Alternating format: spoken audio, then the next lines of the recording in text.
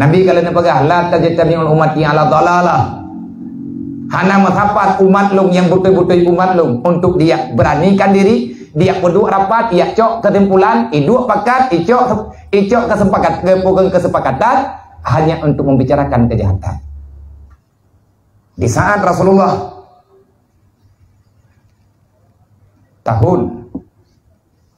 pada 10 tahun Nabi telah berhijrah ke Mekah, ke Madinah. Haji wada, Rasulullah artinya haji perpisahan. Nabi sendiri membicarakan di padang Arafah. Rasulullah dengan duduk dengan para sahabat, tiba-tiba nak khutbah. Karena netren Jibril yang merupakan dengan Rasulullah niat baca sabuh wahyu. Al-yawma akmaltu lakum dinakum wa atmamtu alaikum ni'mati wa raditu lakum Islam Madinah. Nukunduk Rasulullah. Senyum ada, tapi sedih sangat terasa. Nabi nepaksa diri, nepaksa keadaan. Sahabat-sahabat yang dalam khemah-khemah. Nabi Rasulullah. Nabi ini pegang, wahai para sahabat yang ulun cintai dalam bahasa saya. Mungkin ini yang terakhir kalinya kita berjumpa di sini. Setelah tahun ini, mungkin insya Allah kita tidak akan lagi terkumpul di sini. Nah, jadi awatnya Nabi ini pegang, lun dalam saatnya lun bicarakan, artinya lun pegang pengumuman bau rumron mendu. Jibril barusan saja menyampaikan.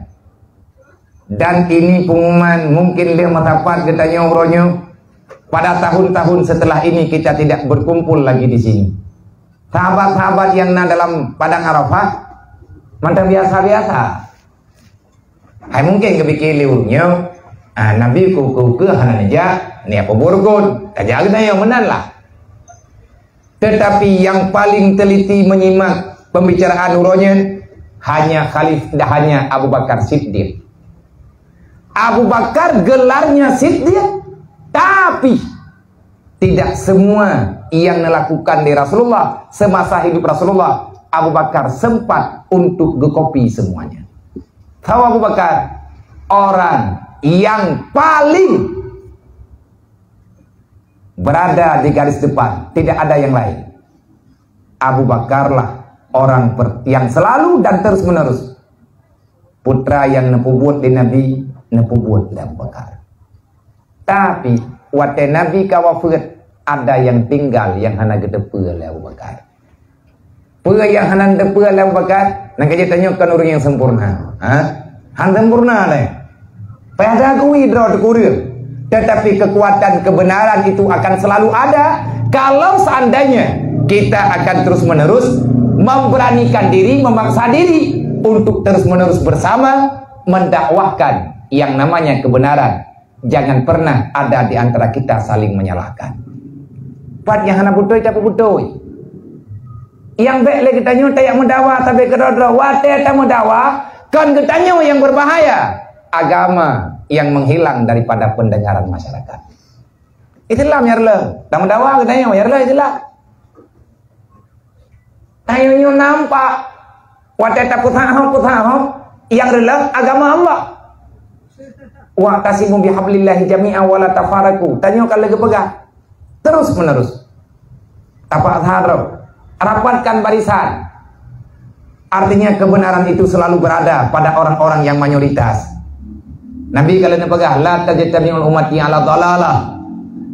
Hana matapat umat lung yang betul-betul umat lung untuk dia beranikan diri, dia berdua rapat, ia cok kesimpulan, iduk pakat, icok kesepakatan hanya untuk membicarakan kejahatan.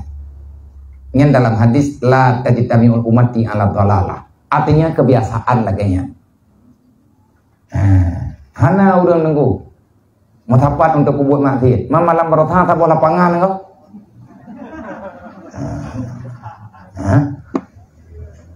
Yang ke umat Nabi, yang umat Rasulullah. Man puisi yang neken dengan dalalah berbuat dengan sebenar-benar kesalahan.